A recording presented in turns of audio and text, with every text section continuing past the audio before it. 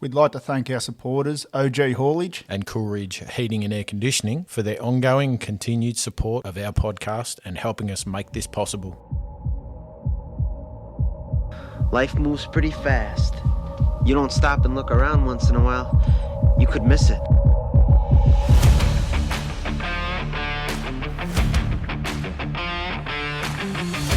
Welcome to Get Outdoors with Drew and Cam. All right, mate. Really good, buddy. How you doing? Ticking along. Ticking along. Loving this. You're loving this? Absolutely. I'm still loving it. It's still fun. The anticipation of, well, not the anticipation, the thinking about the questions and stuff that we're going to talk about on the drive down. Because, you know, I've got time to burn driving down. So This is true. it's part and parcel of it. But the fun of it, you're sitting there going, right, if I talk about this, then I could go about that and then we could move into that. But We've done now, what, 16, 17 episodes roughly? I stopped counting at 10. And yet we still haven't run out of content. You and I aren't sitting here wondering what to talk about. And I don't think we've actually planned much of an episode. We don't sit down and write them out is what we No. do. No, and that's the whole thing. It's two blokes sitting around shooting the breeze, Yep. talking about what we've been up to, what we're wanting to do, upcoming events, stuff like that. And why we're doing it. Yeah. So, I think that's probably our most important. Oh, Sorry about my voice, listeners. It's no good again. I'm in the petri dish. are we? Wish I'd known that before I come down and would have worn a face mask. Oh, you should have anyway, with a face like yours. No, I should be. That's why I'm on a podcast, not on TV. That's why we're not on YouTube yet. Waiting For you to get surgery. Will be a while. No. Oh, man. I have an Easter egg for you. Yeah. But it's not Easter. I know, right? Mm-hmm. That old saying, I found an Easter egg. You know, there's all these little things and they talk about little surprises you found. Little tidbits. I actually want to throw it out there to the listeners to see if they can find the suburb where I was during the week. There is one bloke I spoke to about it. He knows where it is. So, Nemo, you're not allowed to comment. I'll block him. Yeah, we'll block him. Yeah, that'll do. Driving around, did a delivery. Yep. I don't know if listeners know, I'm a truck driver and I deliver safety equipment to new estates, job sites with a crane truck. Yep. I went out to this suburb on the other side of Melbourne, drove in, didn't see what I'm about to speak about, did the delivery, came out and went, oh, stink. What is it? Come on. It quite surprised me, I have to be honest. Yeah. And again, I would love listeners to start having a guess. Like, write in, we'll put up the photos, but I want to know if anyone can guess where it is. It's actually the first house that Ned Kelly grew up in. Grew up in, okay. Yeah. Yep. Just outside Melbourne. I've got to be cautious and bite my tongue because I know what you're talking about. Do you? Yeah. Yep. Okay. Because you discussed it with me earlier in the week. Yeah, well, you know. You're banned as well. I'll block myself. But yeah, I went, oh, that's an interesting house. So I've jumped out the truck, walked around it. It's fenced. You can't actually get inside the house to have a look or anything like that. Yep. But it's been preserved, rebuilt, set up, and there's little, what you'd say, not plaques, but it's like metal that's had laser cut. Yep. And it's giving you all these different descriptions about the house. Yeah. Really interesting fact, because in my mind, as you know, everything related around Ned Kelly is either Melbourne Jail Glenrowan. or Glenrowan. Yep. Well, no, this ain't Glenrowan. No, it's not. And that sort of blew my mind a bit, that's another little day trip, get off the couch. Bit of Victorian folklore history. Well, it's Bit not of history. folklore history, though, is it? It's No, it's true. bushranger history. It's Yeah. Yep.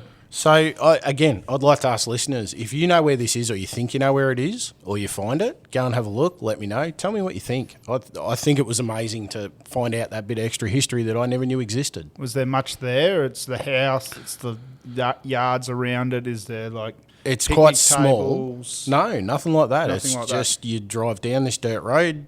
As you turn the corner, it's on your right-hand side. Middle of nowhere. And when I say middle of nowhere, it's massive paddocks around it. I was going to say, is it a suburb or is it a small town? It's a suburb as Far such. enough out to be deemed a town. Well, it's going to be a town, yes. Yep. There is a pub nearby. Ooh. Handful of houses, all big paddocks. Yep. Okay. So That's a little tantalising one. Yeah. We'll put that up. A bit different for something on socials for us as well, isn't it? Well, that's it. To have a guess and see what you can come up with. So 100%. yeah. And it allows our listeners to go, I'll have a look for that, and go from there. That's something different. Part of a day trip. That's it. Why That's not? exploring in your backyard yet again if you're from Melbourne. If This you're is interstate, it's a little bit further. Well, yeah, quite a hike. But hey, you can always try Googling it and have a shot. Yep. Why not? Some of our overseas listeners might struggle to get there. They could True. get there. We've But hey, if you Google Ned Kelly, yep. what kind of information are you going to dig up? Old Melbourne jail, hung, Glen Rowan. famous last words, or a trash can. What were his famous last words, Cam? Well, they say it was such as life, but they're not sure if it actually was his last words. I reckon it was. I think it was too. Yeah. But yeah, we'll leave that be for the historians. That's it. That's it. Leave it open for debate. Always leaves interest. That's exactly right. I scooched around. Where did I end up? Broadford. Yep. Went and did run out there. And for a quaint little town for a day trip, mint. Yeah. Yeah. Absolutely loved it. All little shops, one big main street. Really good to look out the back. Good cafe or bakery? Of course. Of course. Yes. What did we go to, a cafe or to the bakery? I had to stop at the bakery and try one of their good meat pies. I can't complain about it one bit, mate. Yep. Yep. An exotic pie or just your No, I just want a meat. You can't go wrong. straight meat pie? You've either got a really bad one or you've got a really good one. Yep. And this was really good. Okay. So, Crispy pastry, chunks of steak, all just right. all just right. Just Oh, right. Look out. And There it was you go. tasty. That's what mattered the most. Tick, tick, and tick. Correct. And Yeah. that's part of a day trip for you anyway. Yeah, well, that's So- it. Hey, speaking of food, Go ahead. before we started recording this one, we finally dusted it off and had a go. Oh, we finally I got the finally goat curry you- out. Yeah, finally got the no kidding goat curry from Off-Grid Provisions. What was your stance on that? How did you find that? We did that with a basmati rice packet as well, just to pat it out so it's a bit more of a meal. Yeah, I just chucked that in the microwave, just so we could do it. But we Yep. heated it up in the The pouch in the jet boil. jet boil. Yep. I taste 4 spuds, Very flavourful. 100%. Yep.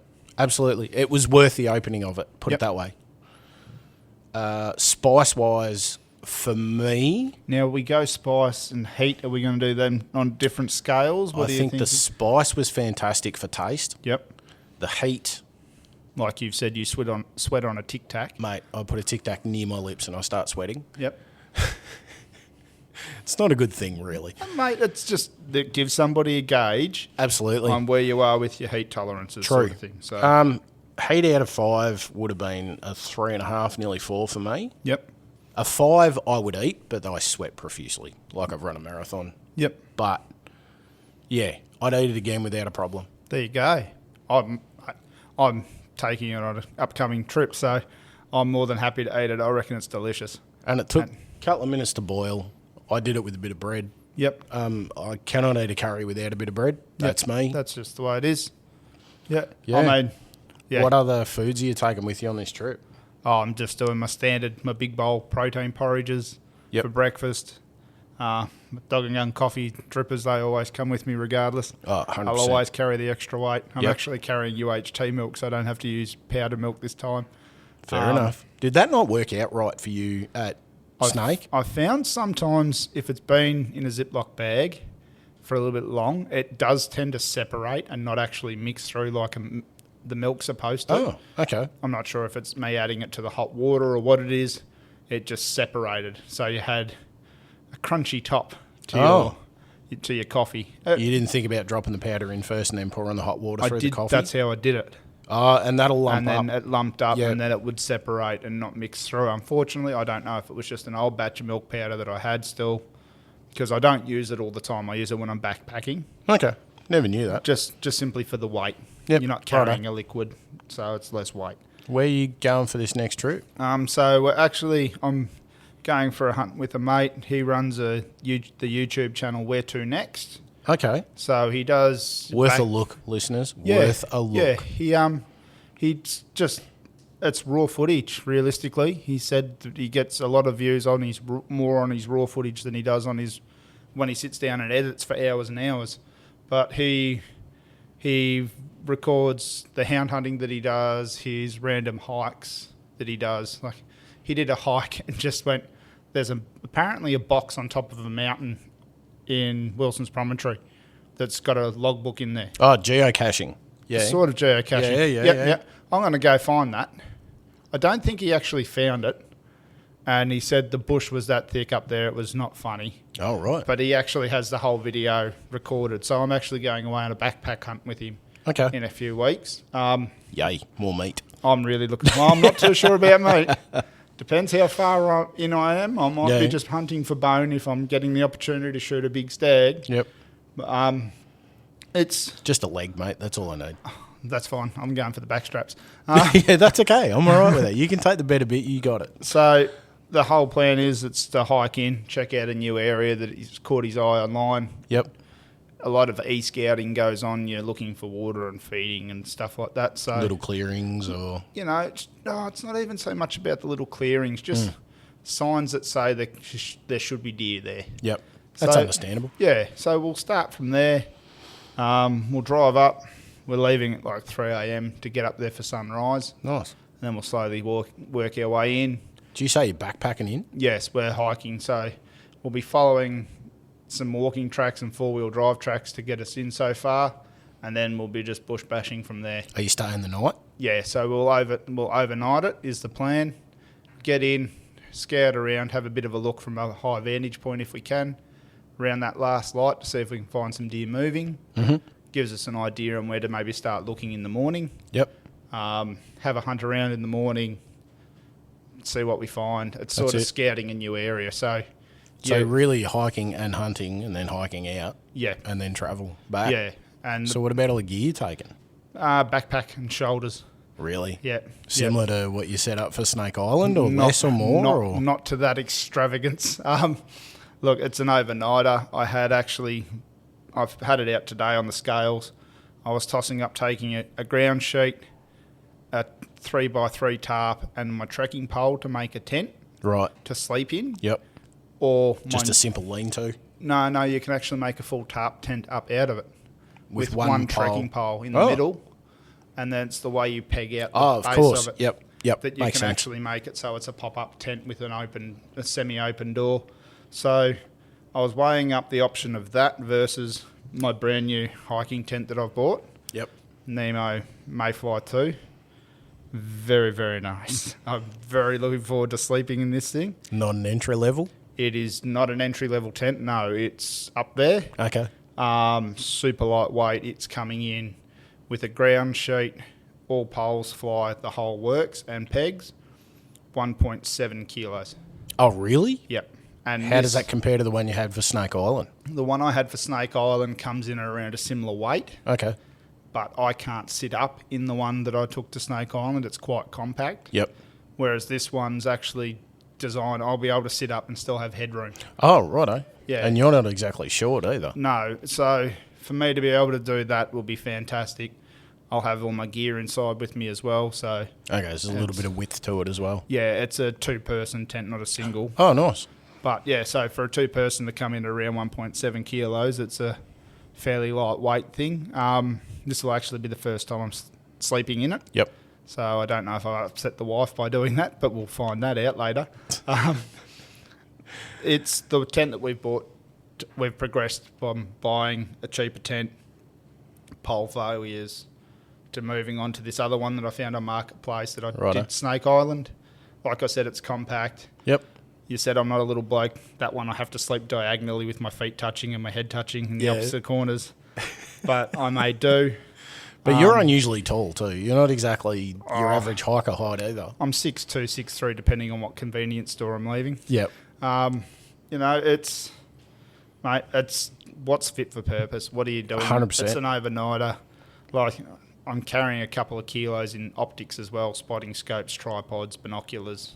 I'm planning to spot deer before I'm making a game plan to go chase one. Right. So, and then carrying your rifle as well, ammunition. Yep. Yep. It's not going to be a huge amount of ammunition. I'm not planning on going in and having a huge bomb up. So, you know, it might be 6 rounds of bullets. Yep. That might be all I need to take in. My rifle's a lightweight rifle anyway. Yep. You buy a heavy gun, you got to carry it all day. You know, Well, that's it, by isn't the it? end of the day. Yeah, you go get a varmint barrel and there's an extra kilo in it. Well, that's it. So there's no point in doing that, especially for the backpacking hunts. So I've got a light mountain rifle. Well, technically it's a mountain rifle, I guess, with the weight range. Yep. You wear a little bit more recoil, but if there's a giant moose standing in front of me, I'm not going to really feel the recoil. You won't feel the recoil, mate. No. You'll be too worried about dropping it.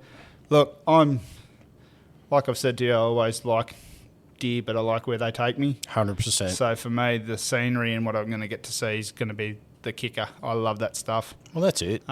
If I get to view and watch a couple of them and try and film them, I'm more than happy. So, well, with that setup you talked about, well, you showed me before the show. Yeah, my new spotting scope that I've ended up purchasing. Yeah. So listeners get an understanding. I've got a spotting scope. It's 18 to 55 times magnification range.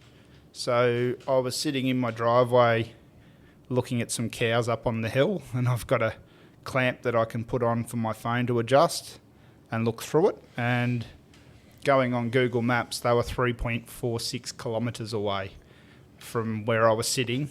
And looking at that picture, you could actually make out what they were too. You could make out that they were black cows. Like you're not going to notice that it's a deer, but if I'm seeing a deer at 3.46 kilometres up there... That's all you're going to be doing at it, is looking at it. Yeah, because there's a lot of up and a lot of down in between those 3.46 Ks. Absolutely. So, you know, it's just another bit in the arsenal. It gives you that option to look at something a bit closer, in a bit more detail as well. Plus you can get some cracker photos. Well, that's my aim. I want to do photos and videos through it. So, yeah. So I'll be carting in a bit of the action cameras, phone, charging gear, so that stuff comes into play, but that'll be a fully charged battery pack for overnight. Yep. So let's see how many kilometres I end up doing. You should record your kilometres, see how far you walk. Well, we'll see. Somehow. Yeah. Oh, well, my watch I can track myself on, but... Well, there's enough apps around you could actually map yourself now. Yeah. Off your phone. I find, well, with the watch too, I get elevation and everything that comes into play with that. So that's the handier side to it. Nice. So, I mean, if I do a couple of Ks on the way in, a couple of Ks on the way out, I'm happy. Yeah. Time in the bush is time in the bush for me. Add a couple of, about 10 kilos of meat for me. Mate, I'd be happy to cart some meat out. Depends. As long as it has a head with it and massive spikes. No, so it depends how far away from the vehicle we are. Yeah, true. If you're walking back to the vehicle and you decide that you need a meat animal, you're going to take a meat animal. True. So, yeah, it comes down to that, doesn't it? So That's if you're it. after meat and I get the opportunity, that's it. I won't say no. Just let me know and I'll meet you at your joint and pick it up. Alrighty. That wouldn't be the first time we've discussed that. No, that's it. I mean, bought your ducks down. We've done the whole swap here and there with meats before. So 100%. That's how it goes. Well, I know this will have dropped after the four-wheel drive expo, but you're heading there this Sunday, you said. That's right. Yep. So what sort of stuff are you looking at to get in while you go there? Like, that's a huge setup from what I see. I've seen 23-0. I've got all their tents and everything going. Swags, the everything. works. Yeah, it's ARB have got their big stall. It's going to be everybody, I think. There's a lot more companies that have come to Melbourne and open factories. Yep. To do with rooftops, to do with canopies, everything. Lighting, everything. Yeah. It seems like it's... I think the travelling industry, camping, full driving industry has exploded around Melbourne. Since lockdowns and everybody now can I reckon get away. in the last sort of 12 to 18 months. Yep. I've noticed there's a few more canopy companies that have opened up and Yep. things like that. So instead of being based around Brisbane and Sydney and up around that, they've actually, opened a few places around Melbourne, made it more accessible. Moved down to where the market could Potentially, be, absolutely. Yeah. Because, I suppose most people around Melbourne just go, I'm getting out of here. Mm-hmm. What else is out there available? Yep. Because I've ended up, now I'm on generation 3. Yep. for my canopy. But I've actually... You scrapped the rebuild and starting again. I've got halfway through my generation 2, and I'm like, I seen a video of something that could be better. Yep. And I've redesigned that again. So now Gen 3 will, I think... become Gen 4 after the four-wheel drive Who show. knows? Who knows? But I think going around the 4B show, I'll be looking for ways to fit out the back of my canopy better. Yep. But I have an idea. I have almost filled an A4 notebook already of drawings and measurements, and cost me nothing. This is the thing. Cost me absolutely not a cent. It's paper and ink for me to work it out properly. You should be using a grey lead so you can rub it out and start again. No, I'm all for pen, mate. All for pen. I got my pen license and I'm sticking with it. It's permanent. It's fixed. Yeah. I think we're going to be looking for bits and pieces that we wouldn't normally look for. Yep. We want to get a hanger for our fridge. A hanger? Yeah, that's the sheet of canvas with pockets. Okay, yep. The door pockets. Door pockets. Yep. We can put sunscreen in there. Anything that's easy or needing to be accessible straight away, we can do. When the canopy's open, we can put our phone in there to be charged. I mean, I throw my phone in the car and that's about it when we're camping. I've seen them popping up online. Have you seen those elastic socks that clip between the front drivers and passenger seats? Have you looked at those The things? socks? They're like a elastic netting that's all pockets. Well, we tried one of them. Yep. But for the model of car I've got, I don't have, what's the correct word for it? Grab handles in the back seat. Okay. In my Ranger. Yep. So you're not able to put the netting above your head. No, this goes in between the top clips, latch onto it, looks like the underside of your headrests, and then goes down to the bottom of the seat. It fills in that void above the centre console. No, I haven't seen that. Okay, yep. Oh, it's just something I'd seen and thought... Sorry, I thought you meant an overhead net. No, they're like a net. They're made of netting. Yeah. But you can stuff your water bottles and all sorts of stuff in there and it holds them in place. It's just something. I'll show you photos. Beer belongs in the fridge. I never said beer.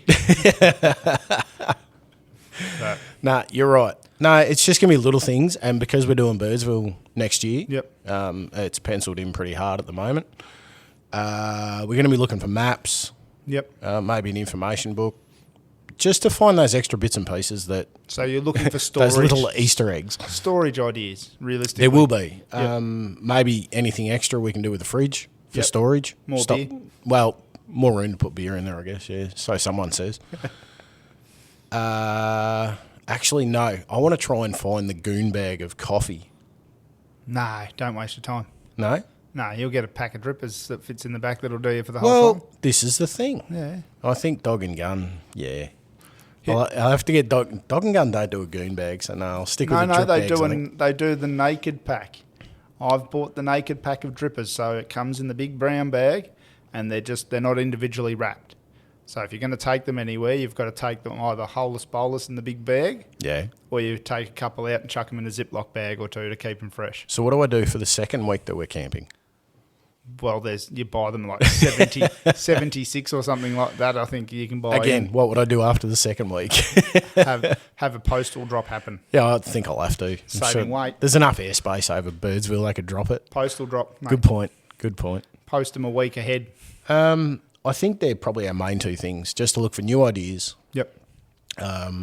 Wifey's writing a list of little things that we think of that you're all in one place. That's what I think I like most about it. You can actually walk past. Compare apples with oranges. 23-0 and go, what makes their canopy or rooftop better than Darchie or whoever else? Yep. And you can actually make that comparison. And go and climb in them and look at it. Every single part of it. Yeah. 100%. Yep. You can compare notes, prices, places, where are you? You can walk past ARB. You can, they're all there right in front of you. Yep. Well, that's the idea of those sorts of shows. It's like the Deer Expo. So, yeah. When is the Deer Expo? It's coming up in October, the 11th and 12th. Oh, awesome. Yeah. I'll actually be there shaking hands and... Where's that at? Doing some stuff with the Gippsland Deer Stalkers. Yeah. So where's the show being held? It's at Lardner Park down near Warrigal. Okay. So, yeah, they've had it there the last couple of years, I think. If anyone's interested, look that one up online. It's actually worth going if you're interested in learning about deer, getting involved in it. They normally run some butchering courses, some cooking classes and stuff like that there, and it's all open. You come in, sit down, and just sit there and watch and learn and listen. Absolutely. Pretty cool. You'll come away with something. Look, there is the hunting side of it, which is I love that. But there's a lot of outdoor stuff too that comes with it. Okay. It's not all just the hunting side. Any of things. examples? Oh, well, a lot of the hunting brands have their own clothing ranges as well. Okay. They're not all hunting. A lot Yep. of it can cross over to hiking side of things like that. I'm pretty sure Dog and Gun Coffee are turning up again. Hey. So that's always good. Go get a cup of coffee and have a chat with them. The food, that even catching up with other people, it's that you might not see for years. That's it. And all of a sudden you bump into them because everybody's all there for the same reason. We haven't had a decent Deer Expo for a little while, have we? No, I reckon they did. It was I think it was 2 years ago, the last one that I went to at Lardner. Yep. So, yeah. I think I missed that one. I think you did. I was there just for a day by myself. Yep. I actually managed to win the tickets for it. So, Oh, nice. yeah. I was only interested in the one day, so handballed the Sunday ticket to a mate, and he got to go with his wife. So, Fantastic. yeah, I mean, it's that same thing. Everything's there. You can go around, compare apples and apples. Yep. So, yeah, last time I was looking at buying a new day pack, sorry. Yeah. And A new day back. pack. Yeah, you because need you the flogged back. out your other back. Yeah. That's what the gold panning's doing. Found any more match heads lately or not? I found a couple of little specks the other day, just Yeah. trying a new creek out. I'd walked up quite a way, actually. I went, right, I'm going to work this area. It doesn't look like it's had much touch. Get in there, have a go. Found a spec first pan. I'm like, you beauty, I'm on. Yeah. And it was a drought from there. Oh, stink. So, look, I did a little bit of scratching around, trying here, there and everywhere. And on my walk in, because I'd hiked up the creek, Yep. I spotted a little rock bar. I'm like, I just wonder, I'm going to have a look on the way out, bugger it. Yeah. Stopped, did a pan, speck of gold. Yep. Cool. I'll have a quick look at some of that under that erosion on the bank. Bang, Yeah. another speck of gold. I'm Okay. like, coming back to this spot. How do you tell the difference between real gold and what I'd call fool's gold? I mean, you've mentioned it, but So the gold weighs more. It's 19 times heavier than water. So you'll work down your pan, your gravel, your sand and all that sort of stuff, get down to your concentrate, and you're very slowly moving the water like erosion. if only we had video, you could see how you do it. My arms are moving. Here's you with your arms going around in circles like you got a pan in your hands. You're moving the water to mimic erosion. Yep. You're moving that lighter stuff from the top of the pan to the back of the pan, Okay. leaving the heavier stuff sitting behind. So Yep. you'll generally get like ironstone or black sand sitting at the top of the pan. And if you've got black sand, that's usually an indication of there's gold around, or You're in the right area. It's that Okay. You've worked the pan, so you haven't tipped anything out that's heavy. okay. The whole thing about the panning down is you're taking the lighter stuff off the top and constantly shaking and working. So the there'd be a heavies bit to of the an art bottom. to that, yeah. It is, yeah. But, The closest we got to it, we went to Sovereign Hill a little while ago and actually picked out a decent fleck, yeah, I guess you'd say. yeah. First time ever holding a pan, and I'm like, hey, girls, is that gold? And their eyes just lit up. They thought it was great. Well, I've ventured now and bought a couple of different pans as well. Oh. Just the run-of-the-mill plastic ones. Yep. But one of them's called a Super Sluice by Garrett. It's got quite a large channels in the front Okay. of the pan. Yep. I got that, so trying to make life a bit easier for the kids. Oh, yeah. It catches more of the heavies, allows the lighter stuff to float off a bit easier. I would have thought you'd want small ripples in it, No, like you would have with a sluice. Yeah, you do, but if you don't have patience and you try and work the pan down rather quickly as well, You're going to lose what you've got. yeah, with Okay. these bigger channels in the front of the pan, it's going to allow you to, if you can shake it all down and get all the gold to sit on the bottom, the chances of it running out the top of the pan are minimal. Oh, okay. You're minimising the risk of it. It's So not you're to say that getting rid it's of the not big gonna stuff, happen. you're keeping your fines. Yeah, that's it. Okay. So it makes life a bit easier for my kids to have a go with. Okay. So, yeah, I still haven't had to play with it myself, actually. I've carried it up a creek once or twice and just never really used it. So, How does your homemade sluice go? Oh, the Sluice Master 6000. Yeah, it's that one. So The Cam Master 6000. I took it out, gave it its big test run that I had. I actually did find gold in it, which I was really happy to.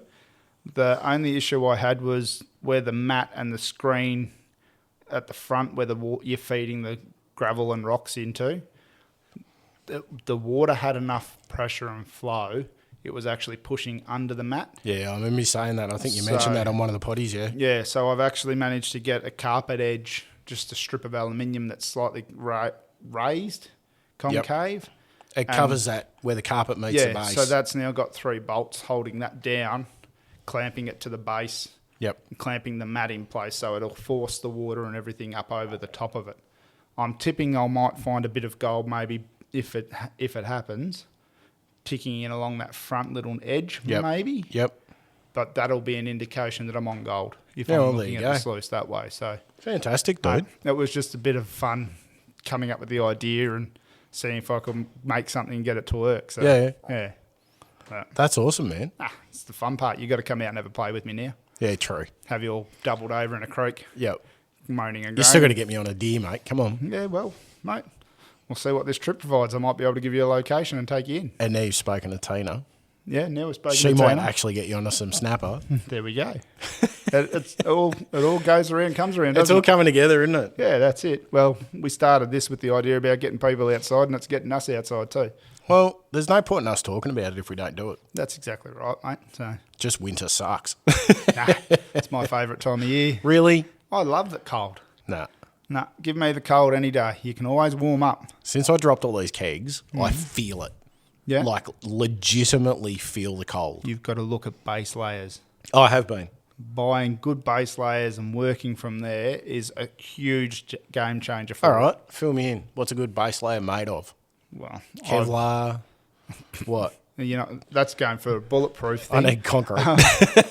No, look, your baseline... We're talking wool? Yeah, merinos, polypropylene thermals. That's plastic, isn't it? Polyprop, they can still make them. They're the thermals I used to wear quite a bit when I was dairy farming. Okay. Not as moisture wicking as merino. Back in the day, it was asbestos. But, you know, it's... I'm just going to keep going. You don't want to go there. No. Mate, it's all about your layering systems, and it's the simple things like you learn it when you're hunting too. It's remembering I'm wearing a base layer. Yep. I've actually got to make myself slightly cooler before I start climbing a hill. True, because you overheat. You don't want to sweat. Yep. Because sweat makes you cold. Yes. It's remembering those sorts of things and actually doing that layering system correctly that will keep you warm. And that's where I've seen some of those hunting pants that have zips. Yep. In different spots that you can half open them and get some airflow through your legs. The ones I've got now have got big thigh vents that you can unzip. And they open up. They've got a mesh panel in there. Who makes them? They're Hunter's Element. Okay. So they'll open up be a 3-inch vent almost, and the length of your thighs. Okay. So you can really dump some heat out of them.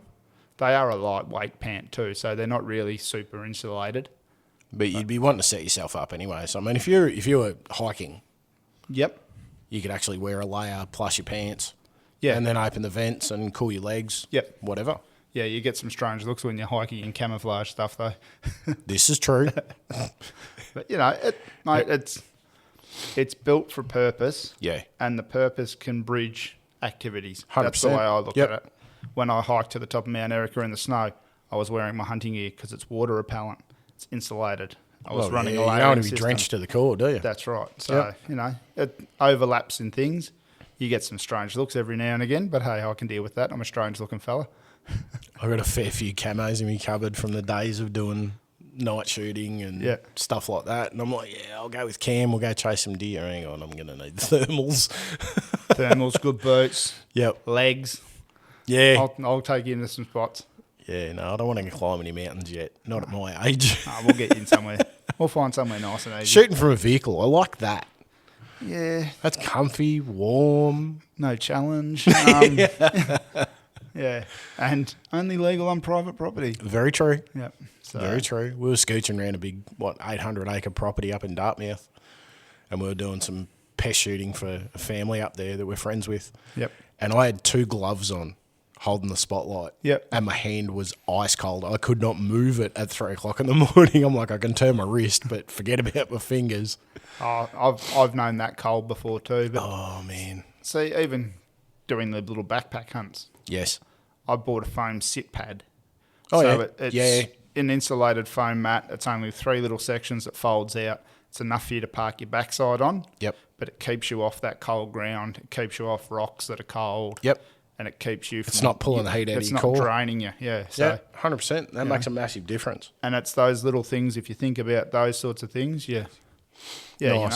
So, yeah. I've got a day trip.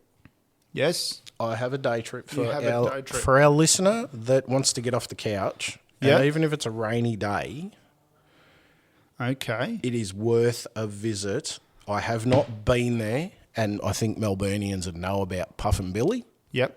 That's quite an iconic thing. Well, it's extremely iconic. They're starting to do light shows Light shows on a train. with Puff and Billy. Okay. Like they got laser lights and spotties and you name it. It's a light fest Yep. off Puff and Billy. And I thought that was really incredible. It runs at night, bit of extra tourism. Yep. But the one I found out about was Menzies Creek Museum, Menzies Creek Museum. which you can jump on what's Puff there? and Billy and go to Menzies Creek. Yep. Well, they've got a train museum up there. Okay. Now, it covers a lot of the history to do with steam rail and associated items that go with it. Small gauge rail as well, I'm assuming. I would assume so, being Puff and Billy's a small gauge. Yep. It's free. It's free. It is free entry. There you go. Now, I'm like, hang on, I think we should share that with our listener that wants to get off the couch for something to do. It's only open on weekends. Yep. So if you're Which- listening to this on a Wednesday thinking, what am I doing this weekend with the kids? This is it. There you go.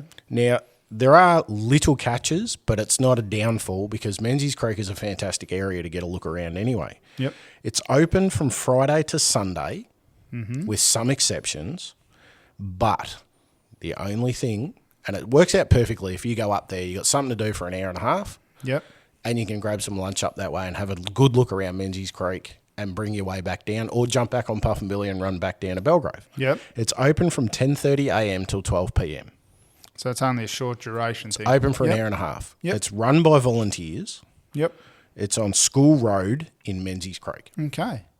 How far from the train station at Menzies Creek? with I Puff and actually Billy? don't know that, but Okay. it promotes that you can get off the train and walk to it. Okay, that's handy. Yep. So There you go. that'd be something for us to look at, I think, one It would then weekend. pad that day out too, because if you've been on Puff and Billy, you either go all the way up to Emerald, or you go up and back. That's it. There's nothing. Yeah, if you hop off at Menzies Creek, the train goes to Emerald. It comes back to Menzies Creek. You Bingo. hop on. Bingo, Yep. bango. That's it. You've actually had a walk too, as well as sitting on the train. So There's a little cafe up there. yeah, there you go. So if you want to grab a brew and walk around, and it supports what they're doing.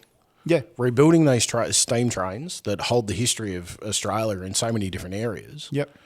And they're rebuilding them to show the public. And it's run by volunteers, so they're going to be passionate about what they're talking about too. This is it. So I think that'd be fantastic. Even if I grab the wifey and the girls, and we zoom up there and have a look, and we'll get some pics and yeah, let them know we've talked about it on the podcast. And I mean, it's something to do, even on a rainy day. that's it. This is what It's pardon me, that's what I think's important, that we find things for people to do even on a rainy day. Mate, well, there's a little day trip if somebody was thinking about what they could do for a weekend. You can have a lazy morning, pancakes for breakfast, and amble your way up there for 10:30. Not if you're coming from Gippsland. You'd have to leave at like 6:30 in the morning. No, but yeah. come on now.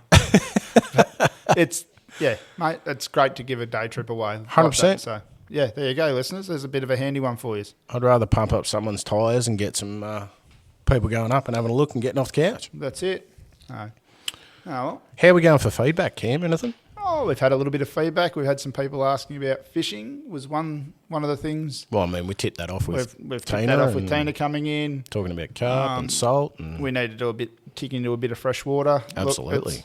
It will have happened by the time this is released, but we'll start looking at talking about trout fishing shortly because by the time this drops, it drops, it'll be into trout that. season will be open. Yeah, so that opens the first Saturday following a Friday, because this is how clear cut the rules are.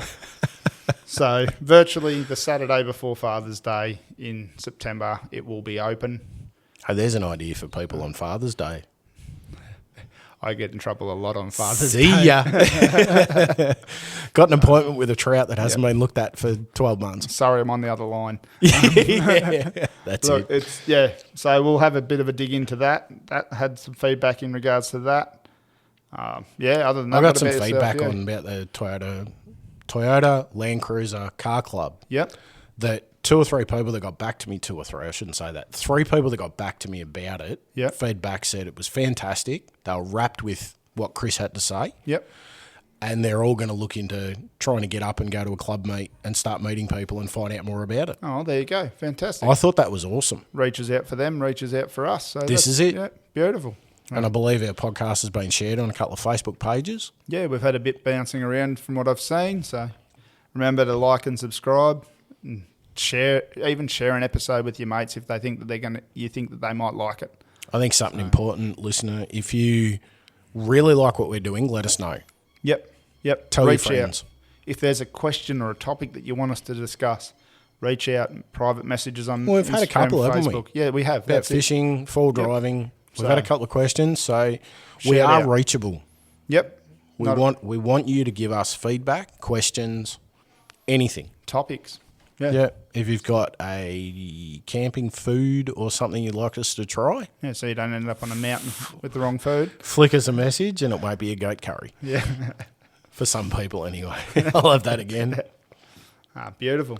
Fantastic, Cam. Love spending this time with you, mate. Same, mate. Well, I think that's about it, is it? That's us for the night. I think that'll do for tonight.